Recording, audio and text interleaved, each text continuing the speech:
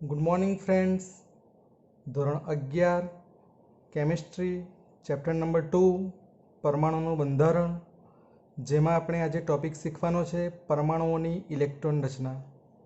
મિત્રો, આ ટૉપિક ઘણો અગત્યનો છે. 11મા ધોરણમાં એક વખત આ તબક્કામાં ઇલેક્ટ્રોન રચના શીખી લીધા બાદ કોઈ પણ જગ્યાએ તમને ઇલેક્ટ્રોન રચના શીખવવામાં આવશે નહીં. 11 અને 12ના ઘણા બધા ચેપ્ટર કે ટોપિક્સમાં ઇલેક્ટ્રોન રચનાનો ઉલ્લેખ થશે, ત્યારે તમને ઇલેક્ટ્રોન રચના આવડે છે એમ માનીને જ જે તે શિક્ષક તમને આગળની ચર્ચામાં લઈ જશે. માટે ખૂબ જ ધ્યાનથી અને ધીરજપૂર્વક તમે આ ઇલેક્ટ્રોન રચના શીખશો. સમજણ ના પડે તો કોમેન્ટ સેક્શનમાં પ્રશ્ન પણ પૂછી શકશો. અને હજુ સુધી જો તમે આ ચેનલને સબસ્ક્રાઈબ ના કરી હોય તો સબસ્ક્રાઈબ બટન ઉપર ક્લિક કરી દેશો, જેથી હવે પછીના વિડીયોઝ તમને રેગ્યુલર મળી રહે. તો સૌથી પહેલાં જોઈએ આપણે ઇલેક્ટ્રોન રચના એટલે શું. તો પરમાણુની કક્ષકોમાં ઇલેક્ટ્રોનની વહેંચણીને ઇલેક્ટ્રોનીય રચના કહે છે. બીજા શબ્દોમાં કહીએ તો ઇલેક્ટ્રોન રચના એટલે ઇલેક્ટ્રોનનું એડ્રેસ. પરમાણુમાં ઇલેક્ટ્રોન ક્યાં આવેલો છે તે તમને ઇલેક્ટ્રોન રચના કહી શકે. એટલે કે ઇલેક્ટ્રોન રચનાને ઇલેક્ટ્રોનનું સરનામું પણ કહી શકાય. ઉદાહરણ તરીકે સોડિયમ પરમાણુમાં 11 ઇલેક્ટ્રોન છે. તો તમને સોડિયમ પરમાણુની ઇલેક્ટ્રોન રચના જે તમને આવડે છે તે આ પ્રમાણે છે: 2, 8 અને 1, જે ધોરણ 10 સુધી શીખી ગયા. અને તમારે જે ઇલેક્ટ્રોન રચના શીખવાની છે તે આ પ્રમાણે આવશે: 1s2, 2s2, 2p6 અને 3s1. ઇલેક્ટ્રોન રચના શીખવા માટે બે વસ્તુ અગત્યનું છે, જેમાં એક છે પરમાણુમાં ઇલેક્ટ્રોનની ગોઠવણી માટેના નિયમો. કુલ 3 નિયમ છે: આઉપબાઉ સિદ્ધાંત, પૌલીનો નિષેધનો નિયમ અને હુન્ડનો મહત્તમ ગુણકતાનો નિયમ. અને બીજું મહત્ત્વનું છે કક્ષકોનો સાપેક્ષ ઉર્જાક્રમ અથવા કક્ષકોમાં ઇલેક્ટ્રોન ભરાવાનો ક્રમ, જે આ પ્રમાણે છે: 1s કક્ષક, 2s કક્ષક, 2p. 1s કરતાં 2sની ઉર્જા વધારે છે, 2s કક્ષક કરતાં 2pની ઉર્જા વધારે છે, 2p કક્ષક કરતાં 3sની ઉર્જા વધારે છે. એમ ક્રમશઃ ઉર્જા વધતી જાય છે, તેમ તમે જોઈ શકો છો. કક્ષકોનો સાપેક્ષ ઉર્જાક્રમ જે છે તે આપણે આઉપબાઉના સિદ્ધાંત દ્વારા નક્કી કરી શકીએ. આજે 1s, 2s, 2p કે 3s જે છે તે કક્ષકોની સંજ્ઞા છે. કક્ષકોની સંજ્ઞા નક્કી કરવા માટે આપણી પાસે બે માહિતી હોવી જરૂરી છે. એક છે કોષ અથવા કક્ષાનો ક્રમાંક, જે 1, 2, 3, 4, 5 એ પ્રમાણે હોય, જે અહીં આગળ દર્શાવેલો છે: 1, 2, 3 એ પ્રમાણે. અને બીજું જોઈએ પેટાકોષ અથવા તો કક્ષકોની સંજ્ઞા, જે આ પ્રમાણે છે: S, P, D, F. એટલે કે કોષ ક્રમાંક અને કક્ષકોના સંકેત બંનેનો ઉપયોગ કરીને, બંનેનું એક કોમ્બિનેશન કરીને કક્ષકોની સંજ્ઞા જે છે તે આપણે નક્કી કરી શકીએ છીએ. તો ચાલો આપણે ઇલેક્ટ્રોન રચના શીખવાની શરૂઆત કરીએ. સૌપ્રથમ આપણે 1 થી 10 પરમાણુ ક્રમાંક ધરાવતા તત્વોની ઇલેક્ટ્રોન રચના શીખીશું. પહેલું છે હાઇડ્રોજન. Z=1, એટલે કે હાઇડ્રોજનનો પરમાણુ ક્રમાંક 1 છે, કારણ કે તેમાં પ્રોટોનની સંખ્યા 1 છે. જેટલા પ્રોટોન હોય તેટલા જ ઇલેક્ટ્રોન હોય, એટલે હાઇડ્રોજનમાં ઇલેક્ટ્રોનની સંખ્યા પણ 1 થશે. ટૂંકમાં તમારે એટલું યાદ રાખવાનું કે જેટલા પરમાણુ ક્રમાંક હોય તેટલા જ તેની અંદર તે પરમાણુમાં ઇલેક્ટ્રોન આવેલા હોય. તો હાઇડ્રોજનનો પરમાણુ ક્રમાંક 1 છે, માટે હાઇડ્રોજન પરમાણુને 1 જ ઇલેક્ટ્રોન હોય છે, જે સૌથી ઓછી ઉર્જાવાળી 1s કક્ષકમાં જાય છે. કક્ષકોના સાપેક્ષ ઉર્જાક્રમ દ્વારા પણ તમે જોઈ શકો કે 1s કક્ષકની ઉર્જા જે છે એ સૌથી ઓછી છે. માટે હાઇડ્રોજનનો 1 ઇલેક્ટ્રોન આપણે 1s કક્ષકમાં ગોઠવવાનો છે. ઇલેક્ટ્રોન રચના આપણે બે રીતે દર્શાવી શકીએ. એકમાં આ રીતે એક પદ્ધતિમાં આ રીતે બોક્સ કરવાનું છે અને તેની અંદર ઇલેક્ટ્રોન મૂકી શકાય. તો જે એક જ ઇલેક્ટ્રોન જો દાખલ કરવાનો હોય તો એને આ રીતે અપ એરો કરીને આપણે દર્શાવી શકીએ. એટલે આ પણ એક ઇલેક્ટ્રોન રચના દર્શાવવાની પદ્ધતિ જ છે, પરંતુ આપણે જે ઇલેક્ટ્રોન રચના યાદ રાખવાની છે તે આપણે આ રીતે લખીશું. 1s કક્ષકમાં એક ઇલેક્ટ્રોન છે, તો સૌથી પહેલાં આપણે 1s કક્ષકની સંજ્ઞા આપણે લખી દેવાની. તેમાં એક ઇલેક્ટ્રોન છે, તો તે ઉપર આ રીતે સુપરસ્ક્રિપ્ટમાં દર્શાવવાનું. એટલે હાઇડ્રોજનની ઇલેક્ટ્રોન રચના આપણે લખવી હોય તો આ પ્રમાણે થાય 1s1, એટલે કે પહેલી કક્ષામાં એસ કક્ષકમાં એક ઇલેક્ટ્રોન આવેલો છે તે તેમ દર્શાવે. હવે શા માટે આપણે 1s કક્ષક જ પસંદ કરી? તો તેના માટે આપણે પરમાણુમાં ઇલેક્ટ્રોનની ગોઠવણી માટેના જે નિયમો છે તેમાંનો જે પ્રથમ નિયમ જે છે આઉપબાઉનો સિદ્ધાંત, તે આપણે જોવો પડે. આઉપબાઉના સિદ્ધાંતમાં લખેલું છે કે પરમાણુમાં ઇલેક્ટ્રોન પ્રથમ સૌથી ઓછી ઉર્જાવાળી કક્ષકમાં ગોઠવાય છે અને તે પૂર્ણ ભરાઈ જાય પછી ઇલેક્ટ્રોન ઊંચી ઉર્જાવાળી કક્ષકમાં ભરાય છે. તો સૌથી ઓછી ઉર્જાવાળી કક્ષક અહીં આગળ કઈ છે? 1s કક્ષક છે. એટલા માટે આપણે હાઇડ્રોજનનો પ્રથમ ઇલેક્ટ્રોન જે છે હાઇડ્રોજનનો પ્રથમ ઇલેક્ટ્રોન 1s કક્ષકમાં ગોઠવેલો છે અને હાઇડ્રોજનની ઇલેક્ટ્રોન રચના થઈ છે 1s1. બીજો પરમાણુ છે હિલિયમ. તેનો પરમાણુ ક્રમાંક છે 2, માટે હિલિયમમાં 2 ઇલેક્ટ્રોન હોય. આઉપબાઉના નિયમ પ્રમાણે સૌથી ઓછી ઉર્જા ધરાવતી 1s કક્ષકમાં ઇલેક્ટ્રોન દાખલ થશે. તો 2 ઇલેક્ટ્રોન પૈકી એક ઇલેક્ટ્રોન જે છે, પ્રથમ ઇલેક્ટ્રોન આપણે આ રીતે દાખલ કરી દીધો. હવે બીજો ઇલેક્ટ્રોન ક્યાં આગળ દાખલ કરવાનો છે? તો બીજો ઇલેક્ટ્રોન દાખલ કરવા માટે આપણે બીજી કક્ષક લેવાની નથી, પરંતુ એક કક્ષકમાં 2 ઇલેક્ટ્રોન સમાવી શકાય છે. આવું મેં નથી કહ્યું, પરંતુ આવું પૌલી નામના વૈજ્ઞાનિકે કહેલું છે. તો પરમાણુમાં ઇલેક્ટ્રોનની ગોઠવણીના જે નિયમો છે એમાં બીજો નિયમ છે પૌલીનો નિષેધનો નિયમ. એક કક્ષકમાં માત્ર 2 જ ઇલેક્ટ્રોન સમાવી શકાય અને આ બંને ઇલેક્ટ્રોનના ભ્રમણ એકબીજાથી વિરુદ્ધ દિશામાં હોવા જોઈએ. માટે હિલિયમનો બીજો ઇલેક્ટ્રોન પણ આપણે 1s કક્ષકમાં જ દાખલ કરીશું. પરંતુ પૌલીના નિયમમાં આપણે એક વસ્તુ માર્ક કર્યું કે બંને ઇલેક્ટ્રોન જે છે એની ભ્રમણની દિશા એકબીજાથી વિરુદ્ધ હોવી જોઈએ. તો એ તમે કેવી રીતે દર્શાવી શકો? તો અહીં આગળ પ્રથમ ઇલેક્ટ્રોન જે આપણે અપ એરો દર્શાવ્યો છે, તો બીજો ઇલેક્ટ્રોન જે છે તે આપણે આ રીતે દર્શાવીશું ડાઉન એરો, જે શું દર્શાવે છે કે બંને ઇલેક્ટ્રોન એકબીજાથી વિરુદ્ધ ભ્રમણ ધરાવતા અલગ અલગ હોય છે. માટે હિલિયમની ઇલેક્ટ્રોન રચના થશે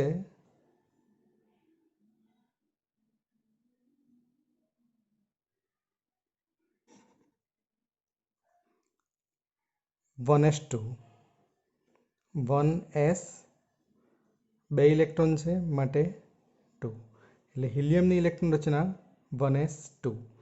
આ જે ઇલેક્ટ્રોન રચના છે એમાં ઉપર જે છે સુપરસ્ક્રિપ્ટમાં એ બંને ઇલેક્ટ્રોનની સંખ્યા દર્શાવે છે. અહીંયા આગળ તમને બંને ઇલેક્ટ્રોનનું ભ્રમણ એકબીજાથી વિરુદ્ધ છે અહીંયા ના ખબર પડે, પણ આ ઇલેક્ટ્રોન રચનામાં તમને ખબર પડી જાય. ત્રીજો પરમાણુ છે લિથિયમ. પરમાણુ ક્રમાંક છે 3, માટે તેમાં 3 ઇલેક્ટ્રોન હોય. આઉપબાઉના નિયમ પ્રમાણે સૌથી ઓછી ઉર્જા ધરાવતી કક્ષકમાં ઇલેક્ટ્રોનને દાખલ કરવામાં આવે છે. પ્રથમ ઇલેક્ટ્રોન આપણે દાખલ કરીએ આ રીતે, બીજો ઇલેક્ટ્રોન દાખલ કરીએ. હવે ત્રીજો ઇલેક્ટ્રોન ક્યાં દાખલ કરવો? તો ત્રીજો ઇલેક્ટ્રોન 1s કક્ષકમાં દાખલ કરી શકાય નહીં. તેવું હું નથી કહેતો, પણ પૌલીના નિષેધના નિયમમાં લખેલું છે કે એક કક્ષકમાં માત્ર 2 જ ઇલેક્ટ્રોન સમાવી શકાય અને આ બંને ઇલેક્ટ્રોનના ભ્રમણ એકબીજાથી વિરુદ્ધ દિશામાં હોવા જોઈએ. અને આઉપબાઉના નિયમમાં એવું કહેલું છે કે પરમાણુમાં ઇલેક્ટ્રોન સૌથી ઓછી ઉર્જાવાળી કક્ષકમાં ગોઠવાય છે અને તે પૂર્ણ ભરાઈ જાય પછી ઇલેક્ટ્રોન ઊંચી ઉર્જાવાળી કક્ષકમાં ભરાય છે. માટે 1s પછી વધુ ઉર્જા ધરાવતી કક્ષક છે 2s. તો લિથિયમનો ત્રીજો ઇલેક્ટ્રોન આપણે પૌલીના નિયમ પ્રમાણે 1s કક્ષકમાં દાખલ કરી શકીશું નહીં, પણ 1s પછી ક્રમશઃ વધુ ઉર્જા ધરાવતી કક્ષક 2s જે છે તેમાં દાખલ કરીશું અને આ રીતે આપણે દર્શાવીશું. 2s કક્ષકનો પાછો એ પહેલો ઇલેક્ટ્રોન છે એટલે અપ એરો બતાવવાનો, અહીંયા આગળ ડાઉન એરો ના બતાવી શકાય. બીજો ઇલેક્ટ્રોન હોય તો ડાઉન એરો બતાવાય. એટલે લિથિયમની ઇલેક્ટ્રોન રચના જે છે આ પ્રમાણે થશે: 1s2 અને 2s1. 1s2 1s કક્ષકમાં 2 ઇલેક્ટ્રોન છે એટલા માટે 1s2, 2s કક્ષકમાં 1 ઇલેક્ટ્રોન છે માટે 2s1. 1s2 2s1. ચોથો પરમાણુ છે બેરિલિયમ. પરમાણુ ક્રમાંક છે 4 માટે તેમાં 4 ઇલેક્ટ્રોન હોય. પ્રથમ ઇલેક્ટ્રોન 1s કક્ષકમાં, બીજો ઇલેક્ટ્રોન પણ 1s કક્ષકમાં. આ કક્ષક સંપૂર્ણ ભરાઈ ગઈ છે. એટલે ત્રીજો ઇલેક્ટ્રોન 1s પછી વધુ ઉર્જા ધરાવતી 2s કક્ષકમાં અને ચોથો ઇલેક્ટ્રોન પણ 2s કક્ષકમાં દાખલ થશે, જે આ રીતે વિરુદ્ધ ભ્રમણ કરીને તમારે દર્શાવવાનો રહે છે. માટે બેરિલિયમની ઇલેક્ટ્રોન રચના થશે 1s2 2s2. આ શું દર્શાવે છે કે પહેલી કક્ષાની s કક્ષકમાં 2 ઇલેક્ટ્રોન છે અને બીજી કક્ષાની s કક્ષકમાં 2 ઇલેક્ટ્રોન છે. બેરિલિયમના 4 ઇલેક્ટ્રોનની વહેંચણી આ પ્રમાણે થયેલી હોય છે. બેરિલિયમની ઇલેક્ટ્રોન રચના 1s2 2s2. નેક્સ્ટ પરમાણુ છે બોરોન. પરમાણુ ક્રમાંક છે 5 માટે બોરોનમાં 5 ઇલેક્ટ્રોન હોય. પ્રથમ 4 ઇલેક્ટ્રોન બેરિલિયમની જેમ જ ગોઠવાઈ જશે. 1s કક્ષકમાં 2 ઇલેક્ટ્રોન ગોઠવાશે અને 2s કક્ષકમાં 2 ઇલેક્ટ્રોન ગોઠવાશે. પાંચમો ઇલેક્ટ્રોન જે છે એ 2s પછીની ક્રમશઃ વધુ ઉર્જા ધરાવતી 2p કક્ષકમાં દાખલ થશે. અહીંયા તમે જોઈ શકો છો કે 1s પછી 2s અને 2s પછી ક્રમશઃ વધુ ઉર્જા ધરાવતી કક્ષક આવે છે 2p. માટે પાંચમો ઇલેક્ટ્રોન 2p કક્ષકમાં દાખલ થશે. હવે 2p જે છે એની પછી 3 પેટા કક્ષકો હોય છે અને આ ત્રણેય કક્ષકોને ડીજનરેટ કક્ષક કહેવાય: 2px 2py અને 2pz. આ ત્રણેયની ઉર્જા સરખી છે માટે 3 બોક્સ તમારે હંમેશા આ રીતે સાથે બતાવવા પડે. તો પાંચમો ઇલેક્ટ્રોન જે છે એ 2px કક્ષકમાં દાખલ થશે. માટે બોરોનની ઇલેક્ટ્રોન રચના આ પ્રમાણે થશે: 1s2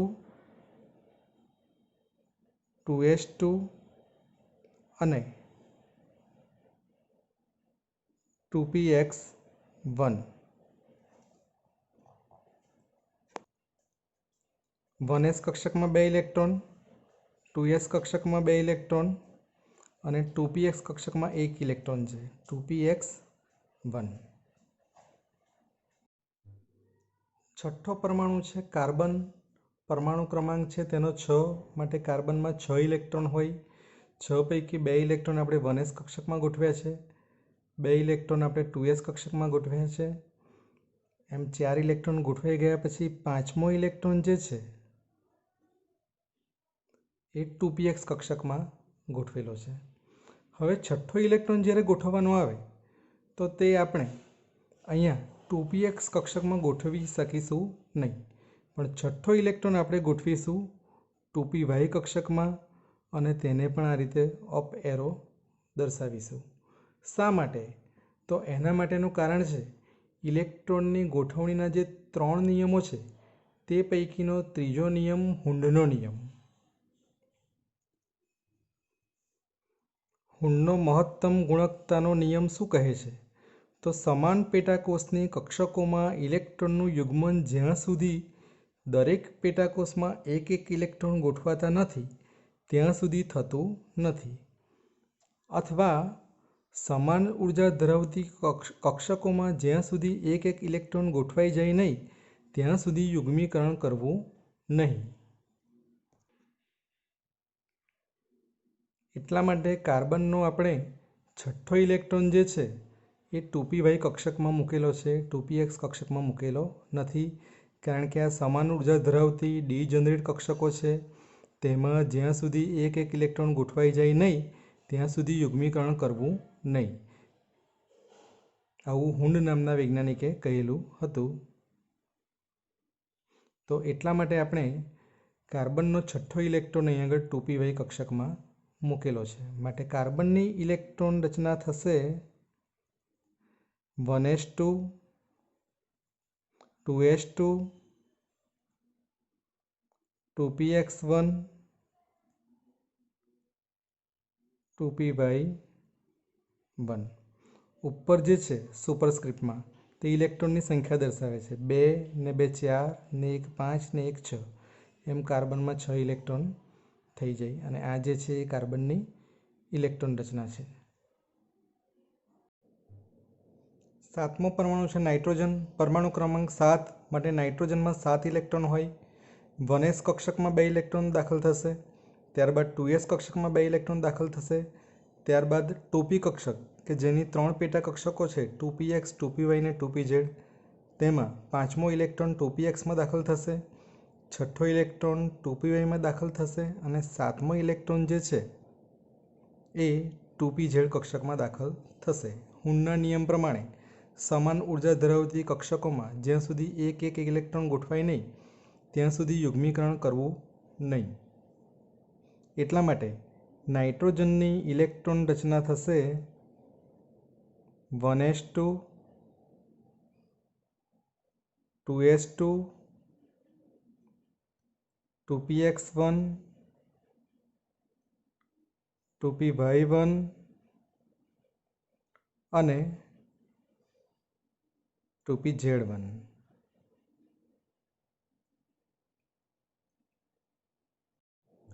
આઠમો પરમાણુ છે ઓક્સિજન. પરમાણુ ક્રમાંક 8 માટે ઓક્સિજનમાં 8 ઇલેક્ટ્રોન હોય. 2 ઇલેક્ટ્રોન 1s કક્ષકમાં, 2 ઇલેક્ટ્રોન 2s કક્ષકમાં, પાંચમો ઇલેક્ટ્રોન 2px કક્ષકમાં, છઠ્ઠો ઇલેક્ટ્રોન 2py કક્ષકમાં, સાતમો ઇલેક્ટ્રોન 2pz કક્ષકમાં. હવે હુન્ડના નિયમ પ્રમાણે શું છે કે સમાન ઉર્જા ધરાવતી કક્ષકોમાં જ્યાં સુધી એક એક ઇલેક્ટ્રોન ગોઠવાય નહીં ત્યાં સુધી યુગ્મીકરણ કરવું નહીં. તો અહીં આગળ એક એક ઇલેક્ટ્રોન ગોઠવાઈ ગયો છે, માટે આઠમો ઇલેક્ટ્રોન ફરી પાછો આપણે 2px કક્ષકમાં ગોઠવીશું.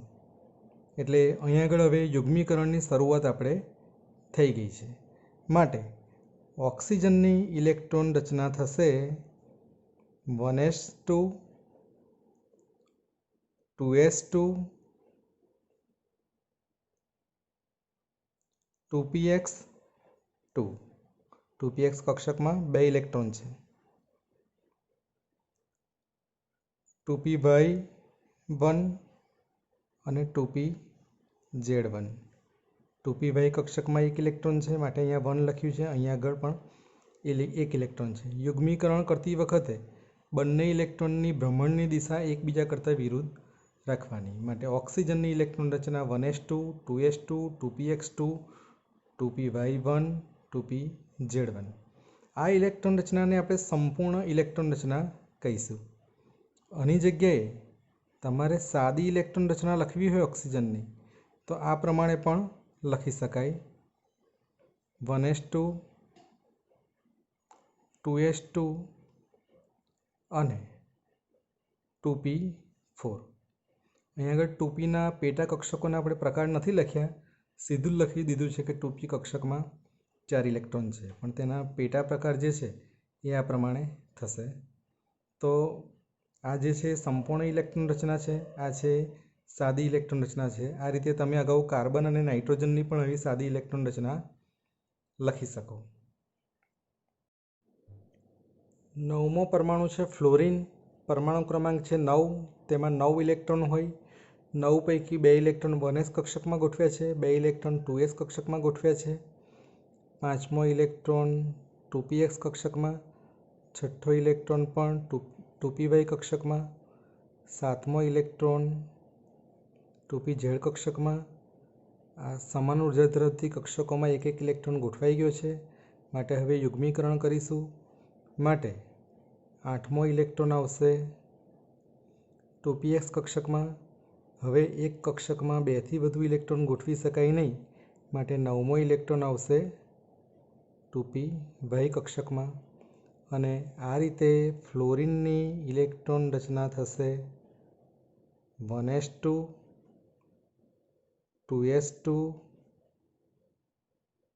2px2, 2ps કક્ષકમાં 2 ઇલેક્ટ્રોન છે, 2py2, 2pyમાં પણ 2 ઇલેક્ટ્રોન છે, 2pz1, 2pz કક્ષકમાં 1 ઇલેક્ટ્રોન છે. આ થઈ ફ્લોરિનની સંપૂર્ણ ઇલેક્ટ્રોન રચના 1s2, 2s2, 2px2, 2py2 અને 2pz1. સાદી ઇલેક્ટ્રોન રચના લખવી હોય ફ્લોરિનની તો આપણે આ રીતે લખી શકીએ: 1s2,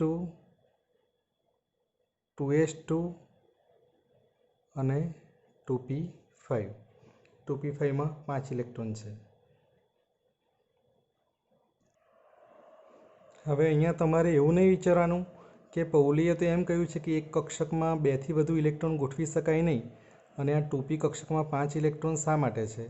ઓલરેડી આપણે ક્લિયર કરી દીધું છે કે 2p કક્ષક છે તેની 3 પેટા કક્ષકો હોય છે, અને આ પેટા કક્ષકોમાં 2 ઇલેક્ટ્રોન ગોઠવેલા છે અહીંયા આગળ. એટલે આ જગ્યાએ આપણે પૌલીના નિયમનું તો પાલન કરેલું જ છે, પણ અહીંયા આગળ જે છે સાદી ઇલેક્ટ્રોન રચના લખતી વખતે તમારે આ ખાસ કાળજી રાખવાની કે 2p કક્ષક જે છે એના 3 પેટા કક્ષકો પણ હોય છે, એટલા માટે અહીં આગળ 2p5 લખ્યું છે. અને પૌલીનો નિયમ આપણે પૂરેપૂરી રીતે અહીં આગળ એનું પાલન કરેલું છે. 10મા નંબરનો પરમાણુ છે નિયોન, જેનો પરમાણુ ક્રમાંક છે 10. માટે નિયોનમાં 10 ઇલેક્ટ્રોન હોય, 2 ઇલેક્ટ્રોન 1s કક્ષકમાં દાખલ થાય, 2 ઇલેક્ટ્રોન 2s કક્ષકમાં દાખલ થાય. એમ 4 ઇલેક્ટ્રોન ગોઠવાઈ ગયા પછી 5મો ઇલેક્ટ્રોન 2pxમાં, 6ઠ્ઠો ઇલેક્ટ્રોન 2pyમાં, 7મો ઇલેક્ટ્રોન 2pzમાં, 8મો ઇલેક્ટ્રોન 2pxમાં, 9મો ઇલેક્ટ્રોન 2pyમાં અને 10મો ઇલેક્ટ્રોન જે છે એ 2pzમાં દાખલ થાય છે. આમ નિયોનની ઇલેક્ટ્રોન રચના 1s2, 2s2, 2px2, 2py2 અને 2pz2 બધી જ કક્ષકોમાં 2 ઇલેક્ટ્રોન ગોઠવાઈ ગયેલા છે. આ ઇલેક્ટ્રોન રચના છે તે સંપૂર્ણ ઇલેક્ટ્રોન રચના છે, અને આ બાજુ લખી છે સાદી ઇલેક્ટ્રોન રચના છે જે છે 1s2, 2s2, 2p6. 2pની 3 પેટા કક્ષકમાં 2 ઇલેક્ટ્રોન ગોઠવાઈ ગયા હોવાથી 2p6 થશે. હવે આ તબક્કામાં નવો ઇલેક્ટ્રોન, ધારો કે 11મો ઇલેક્ટ્રોન દાખલ કરવો હોય તો એના માટે કોઈ ખાલી કક્ષક રહેતી નથી. તો આ શું દર્શાવે છે કે નિયોનમાં 2 કોષ જે છે એ સંપૂર્ણ ભરાઈ ગયા છે. નિયોનની ઇલેક્ટ્રોન રચના તમે જુઓ તો 1s2, એટલે કે 1 જે છે એ પહેલી કક્ષા દર્શાવે છે, તો પહેલી કક્ષામાં 2 ઇલેક્ટ્રોન છે. અને બીજું છે 2s2, 2p6. આ જે 2 છે આ ને આ એ બીજી કક્ષા દર્શાવે છે, અને બીજી કક્ષામાં ટોટલ 6 ને 2 8 ઇલેક્ટ્રોન દાખલ થઈ ગયેલા છે. એટલે અહીંયા આગળ જે છે કોષ જે છે સંપૂર્ણ ભરાઈ ગયેલો છે. માટે નિયોન જે છે એ નિષ્ક્રિય વાયુ તરીકે વર્તે છે, અથવા તેને ઉમદા વાયુ તરીકે પણ ઓળખવામાં આવે છે, અથવા તેને નોબેલ ગેસીસ તરીકે પણ ઓળખવામાં આવે છે. આમ આપણે આજે 1 થી 10 પરમાણુ ક્રમાંક ધરાવતા તત્વોની ઇલેક્ટ્રોન રચના કેવી રીતે નક્કી કરી શકાય અને તેને કેવી રીતે લખી શકાય તેની સમજૂતી મેળવી. આ વિડીયો તમે આખો સંપૂર્ણ જોયા બાદ બધા તત્વોની ઇલેક્ટ્રોન રચના આ પ્રમાણે તમારે લખી નાખવાની છે. પહેલું કોલમ પરમાણુ ક્રમાંકનું બનાવજો, બીજું તત્વનું, ત્રીજું સંજ્ઞાનું અને ચોથું જે છે એ ઇલેક્ટ્રોન રચનાનું તમારે બનાવવાનું અને આ રીતે 10 તત્વોની ઇલેક્ટ્રોન રચના તમારે લખવાની રહેશે. આગળ બીજા તત્વોની ઇલેક્ટ્રોન રચના શીખીશું ત્યારે પણ તમારે આ જ રીતે ઇલેક્ટ્રોન રચના લખવાની રહેશે. તો મિત્રો, તમને મારો આ વિડીયો ગમ્યો હોય તો મારી આ ચેનલને સબસ્ક્રાઈબ કરવાનું ભૂલતા નહીં અને વિડીયોને લાઈક અને શેર કરવાનું ભૂલશો નહીં. Thank you.